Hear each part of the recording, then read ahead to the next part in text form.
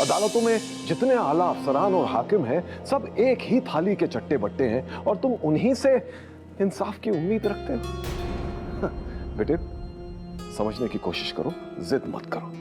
अगर वो इंसाफ नहीं करेंगे बड़े अब्बा, तो कसम परवरदिगार की 2 की जगह 200 फिरंगियों का असल खून करूंगा। इस खानदान के 19 बुजुर्गों ने फांसी दी है, मगर बेटा उन लोगों में मुल्क में मर मिटने का जज्बा था। वो लोग ही कुछ और थे। तो अब 20वीं का इंतजार कीजिए। देखो अब्बास, इस वक्त ये सब बातें फिजूल की हैं। अरे कुछ दिनों में हिंदुस्तान के हालात साजगार हो जाएंगे, मुल्क आजाद हो जाएगा, तो तुम वापस हिंदुस्तान लौट आना।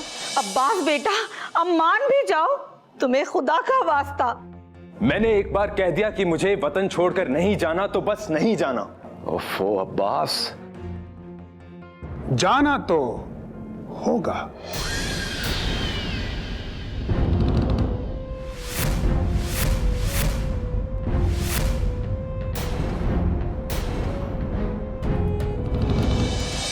काला पानी या फिर फांसी, बरतानिया सरकार का नमकखार हूं,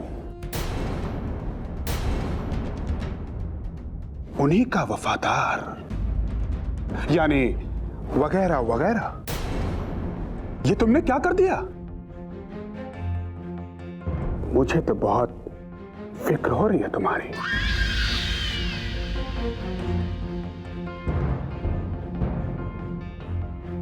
बड़ी अम्मा, आदाब।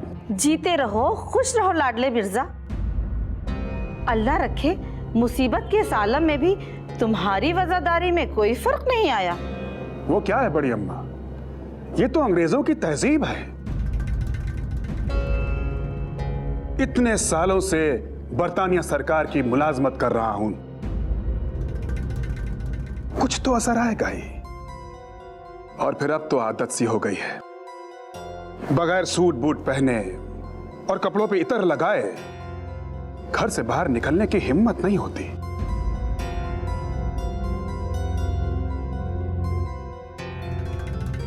अंग्रेज जब किसी की जनाजे में भी जाते हैं तो इस्त्री किए हुए सूट और चमचमाते बूट पहनते हैं। यह बात और है कि उनके दिलों में चाहे कितनी ही सिलवटें क्यों ना हो, लेकिन उनके चेहरे पर एक भी सिलवट नहीं दिखाई देती। अब्बास, जब से तुम्हारी बहन को मालूम पड़ा है कि तुमने एक नहीं बल्कि 2 फिरंगियों का कत्ल कर दिया है, उसकी आंखों से तो आंसू थमने का नाम नहीं लेते। वो बेचारी तो रो रो कर अपनी जान गंवा देने पर आमादा हो गई। क्या आपा को भी इस बात की खबर होगी? तुम्हारी बहन ने ही तो भेजा है मुझे यहां पर। तो क्या आपा ने आपको यहां भेजा है हमारी मदद के लिए? किस किस तरह से बंद अदालतों के दरवाजे खटखटा कर बरतानिया सरकार के बड़े बड़े अफसरों के घर जाकर उनकी खुशामद करके बड़ी मुश्किलों से ये कागजात तैयार करा है। ये तो कहिए कि कई सालों से बरतानिया सरकार का नमकखार हूं, इसलिए ये कागजात तैयार हो भी गए, वरना इतना आसान नहीं है। चलिए, आखिर आपकी सरकार की वफादारी कुछ तो काम आई। आपने हमारे लिए इतनी जहमत उठाई, बहुत बहुत शुक्रिया। ऐसे वक्त में अपने ही तो काम आते हैं।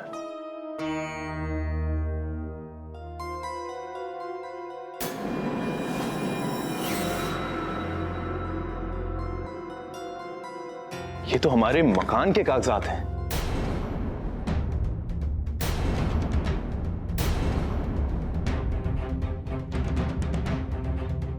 तुम्हारे अम्मी और अब्बू तो हैदराबाद में जाकर बैठे हैं अब्बास। अब तुम भी चले जाओगे, फिर तुम्हारे ससुराल वाले तुम्हारी बहन और तुम्हारे बहनोई को धक्के मार के घर से बाहर निकाल देंगे। यही सब बातें सोच सोच कर तुम्हारी बहन सुबह से आंसू बहाए जा रही है। लाडले भाई, आप ये क्या कह रहे हैं? मेरी तो कुछ समझ में नहीं आ रहा।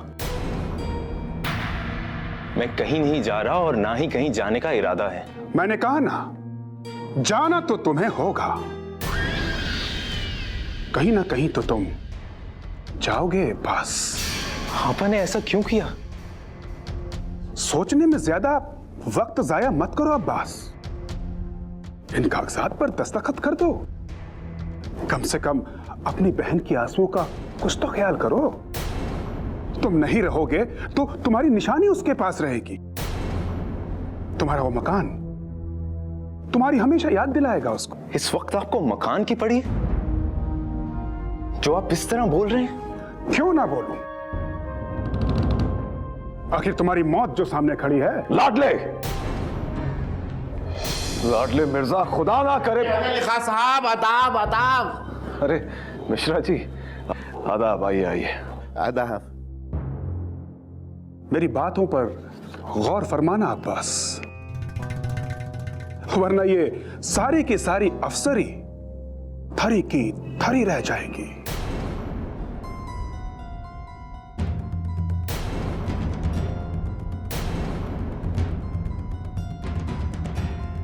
आदाब चाचा। आदाब। अरे अब्बास मियां, जरा जल्दी करो। क्या बात है? कोई नई मुसीबत आन पड़ी है? मिश्रा जी, सारा घर सुबह से परेशान है, मगर अब्बास एक ही रट लगाए हुए हैं कि हम कहीं नहीं जाएंगे। अरे हमारी परेशानियों को कम नहीं कर सकते तो इन्हें समझाइए कि हमारी परेशानियों में इजाफा ना करें। अरे बेटा अब्बास, समझने की कोशिश करो। हम लोगों को भी कब अच्छा लग रहा है कि तुम हमारी नजरों से दूर रहो। अरे दरवाजे पे सवारी खड़ी है, तुमको छोड़ने को हम भी साथ चल रहे हैं। मिश्रा चाचा, आप तो बचपन से हमारे मिजाज से वाकिफ हैं। आप सब समझते क्यों नहीं? आप तो पहली जमात से लेकर मुलाजमत तक बड़े अब्बा के साथ रहे हैं। आप इन्हें समझाएं कि हमारा ज़मीर हमें हिंदुस्तान छोड़कर जाने की इजाजत नहीं देता। बड़ी कोशिशें हम लोगों ने की कि बात यहां रफा दफा हो जाए। क्या करें, अंग्रेजों का जुल्म सितम सर चढ़ के बोल रहा है।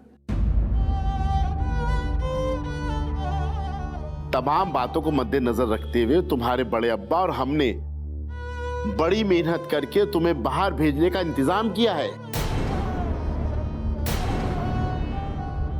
बेटा अब मान भी जाओ।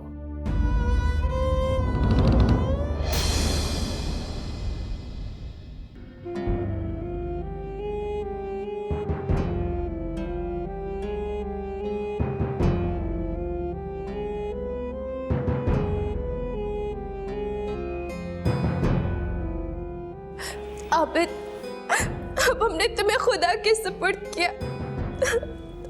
भाई, अपना ख्याल रखना। जीनत बाजी, मैं ईरान ही तो जा रहा हूं, इसमें इतना रोने धोने की क्या बात है? लखनऊ के इस माहौल से तो मैं तंग आ गया हूं। एक तो मुश्तरका खानदान और ऊपर से हर बात पे हर एक की दखल अंदाजी। ना अपनी मर्जी से जी सकते हैं, ना कहीं जा सकते हैं, ना अपने किसी दोस्त को यहां बुला सकते हैं। कम से कम ईरान में कुछ दिन तो अपनी मर्जी की जिंदगी जी सकूंगा। आबिद, तुम हमें सच कह रहे हो ना? हमें बहला तो नहीं रहे? अब आप बच्ची तो है नहीं कि आपको बहलाया जाए। रोइए कम और हमारे कपड़े बांधिए। जल्दी कीजिए, मिश्रा चाचा भी आ गए होंगे।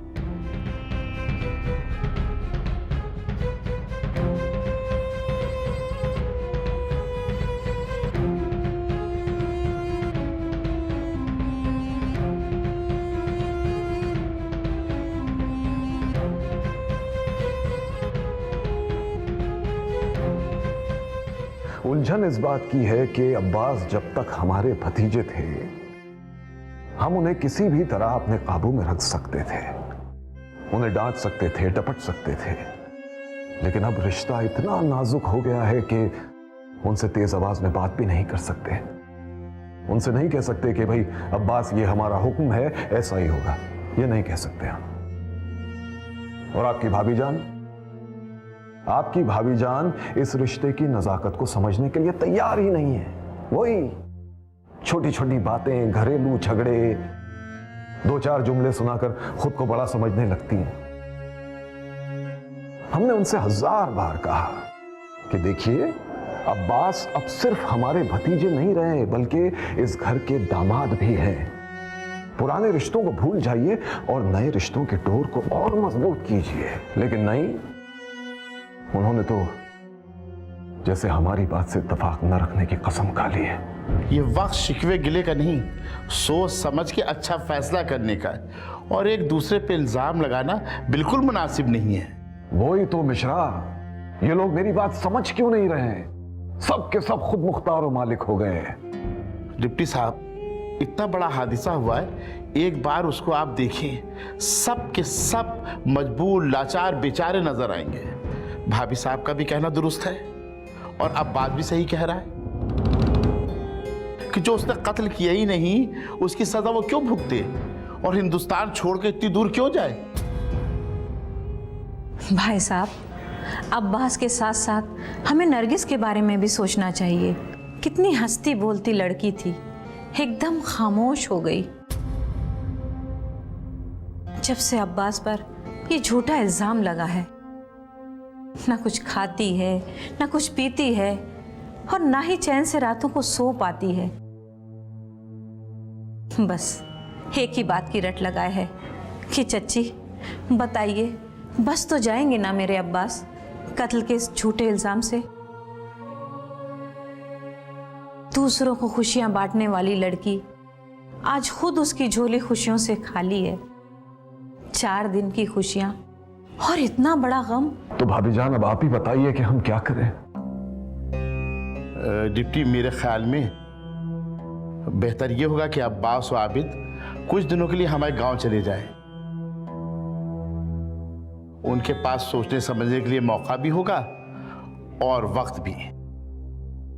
उसके बाद वो खुद फैसला कर लेंगे कि उन्हें क्या करना है। ये बात बिल्कुल ठीक है।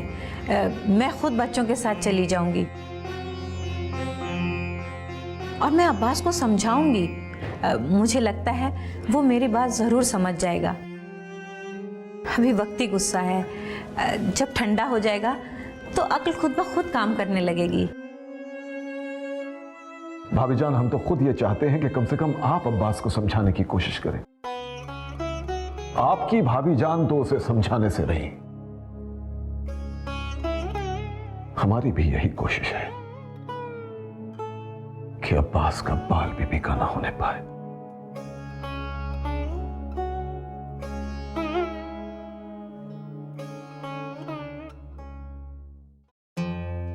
अगर तुम्हें नहीं जाना है तो मत जाओ। तुम पर हम जबरदस्ती नहीं करेंगे। हम डिप्टी साहब को भी समझा देंगे। परदेस आदमी चला तो जाता है, मगर आना उसके बस में नहीं होता।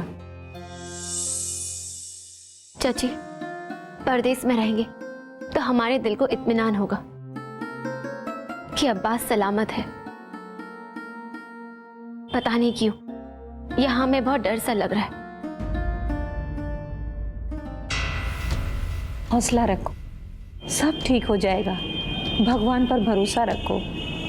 जब अपनी अक्ल काम ना करे तो बेटा ऊपर वाले पर छोड़ देना चाहिए। कोई चाय या ना जाए, मैं तो जा रहा हूं।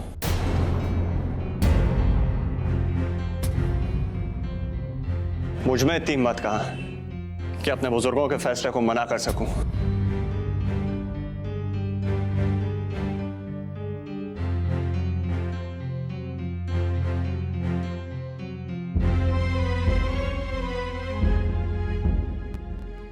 इसे कहते हैं फर्मा बरदार।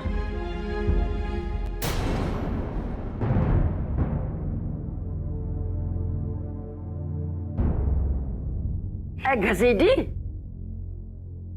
क्या बातें हो रही हैं उधर? जरा मुझे भी तो बता। ऐ चची अम्मा, अब मुझे क्या मालूम? तुझे नहीं मालूम? अच्छा तो ठीक है, ऐसा करो मुझे अनार का रख ला के दे दो। आए है चची अम्मा, ऐ आपको क्या नहीं मालूम? रात से शहर में कर्फ्यू लगा हुआ है और आज तो कैसरबाग की दुकान भी बंद है। और तो और घर के सारे लोग परेशानियों में मुब्तला हैं। और ऐसे आलम में आपको अनार का रख सूझ रहा है। अरे अनार नहीं है तो मौसम्बी का रस लिया। चौक की मंडी भी बंद है, फल की सारी दुकानें बंद हैं। आज न जाने किसका मुंह देख कर उठी थी। सुबह से न तो खाने को मिला और न लूडो खेलने। और यहाँ अब्बास को सारा घर न जाने क्या समझा समझा कर हलकान हो रहा है। हद तो ये हो गई कि पड़ोसी भी समझा रहे हैं। मगर उसकी तो सिर्फ एक ही जिद है कि नहीं जाऊंगा, नहीं जाऊंगा। एक हसीटी, तुझे कुछ पता है कहाँ नहीं जाने के लिए कह रहा है? ऐ है कहीं काला पानी जाने के लिए इनकार तो नहीं कर रहा है? खुदा ना करे, अच्छा है नहीं जाएंगे तो। अभी कुछ दिन ही तो हुए हैं शादी को, कैसे जाएंगे आप ही बताइए। अरे इनको दुल्हन की इतनी फिक्र होती तो ये दंगे फसाद में हिस्सा क्यों लेता? इन्हें तो लीडरी का बुखार है। अच्छा छोड़ो ये सब बातें, आओ हमारे साथ लूडो खेलो। हाय अल्लाह, बावर्ची खाने से कुछ जलने की बू आ रही है। बावर्ची खाने में नहीं बल्कि सीने में मेरा दिल जल रहा है। छोड़ो ये सब बातें, आओ हमारे साथ लूडो खेलो। घर में क़यामत आन पड़ी है और इनको लूडो की पड़ी है। अरे भाई समझाइए इन्हें, जरा समझाइए। हमारी क्या किसी की बात इनकी समझ में नहीं आ रही। इनके चले जाने से हिंदुस्तान में कोई कयामत नहीं आ जाएगी। और हम कब चाहते हैं कि हमारे बच्चे हमसे दूर हो जाएं, लेकिन ये वक्त का ऐसा तकाजा है जिसे हर कीमत पर हमें बर्दाश्त करना होगा। पद्मिनी भाभी, आप ही समझाइए, शायद आपकी बात समझ में आ जाए इनके। देखो बेटा अब्बास, मैं एक औरत हूँ और एक औरत का दर्द अच्छी तरह समझ सकती हूँ। एक लड़की जब अपने बाप के घर में होश संभालती है तो वो लोग शुरू से ही उसके मन में एक बात बिठा देते हैं कि उसके पति का घर ही उसका अपना घर होता है। और इस बात को वो लड़की अपने मन में बैठा लेती है। इसी तरह नरगिस भी कितने अरमान लेकर तुम्हारे घर में आई और अचानक इतना बड़ा हादसा हो गया। अब बताओ क्या होगा उसके अरमानों का? चाची, हम तो दिन रात यही सोचते हैं कि हम अपने दिल की बात किसे बताएं। या तो हम अपने दिल की बात ठीक से बता नहीं पा रहे, या यहां कोई हमें समझना ही नहीं चाहता। मेरी मानो तो तुम मेरे गांव चले जाओ, वहां इत्मीनान से सोच विचार कर लो, कोई जल्दी नहीं है। बेटा, हम लोग तुम्हारा कभी बुरा नहीं चाहेंगे, हमेशा तुम लोगों का भला ही चाहेंगे। मिश्रा चाचा, हमारा भी यही ख्याल है। हम भी यही सोचते हैं कि नरगिस जो अरमान, जो खुशियां लेकर हमारी जिंदगी में आई है, हम उससे कई ज्यादा खुशियां उन्हें दें।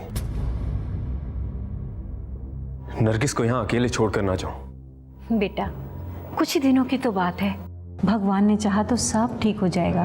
बेटा अब्बास, तुम गांव जाने की तैयारी करो। मिशाइन, आप आगे लोगों को लेके जाए, हम बाद में आएंगे। अल्लाह का शुक्र है अब्बास, आखिरकार बात आपकी समझ में आ गई।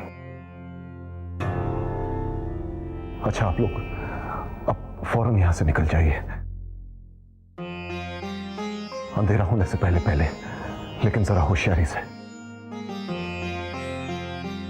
रात हो गई तो यहां सवारी मिलना मुश्किल हो जाएगा।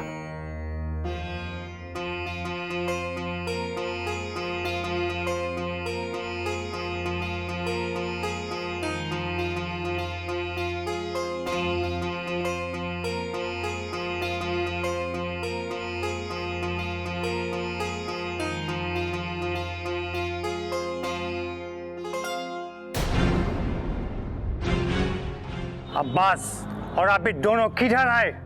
दरोगा साहब, हमें नहीं पता। तुम बताओ, अब्बास और आबिद दोनों किधर आए? डिप्टी हैदर अली साहब, वो किधर हैं? जी वो घर पर ही हैं। आप रुकिए, मैं आपके आने की इत्तला करे देता हूँ कि दरोगा साहब तशरीफ लाए हैं।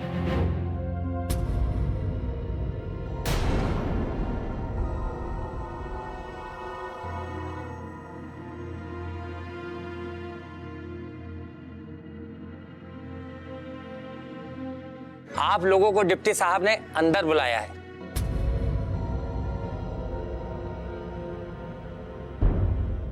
चलो।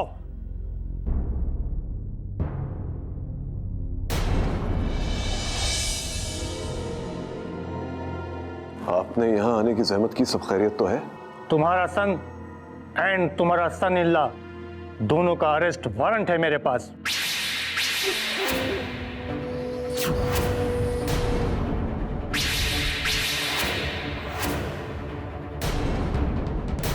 Arrest warrant? यस, दोनों किधर है? अब मैं तो उनके बारे में नहीं जानता। हमारे पास तुम्हारे घर का सर्च ऑर्डर है। क्या?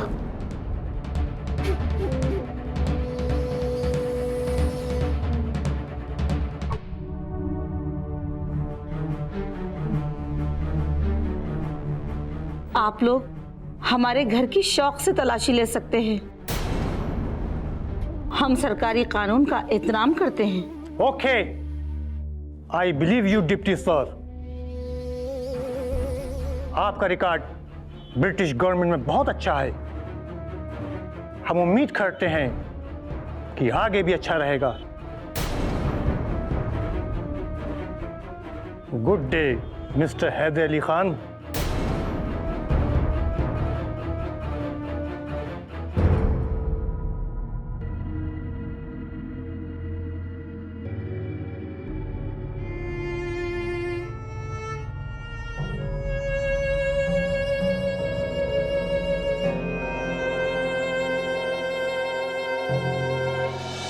हम लोग ना तो जहेज लेते हैं और ना ही जहेज देते हैं, और ये बात कोई नई नहीं है, तकरीबन सारा लखनऊ जानता है। मैं भी बरतानिया सरकार का मुलाजिम हूं और उनके कायदे कानून को बखूबी जानता हूं।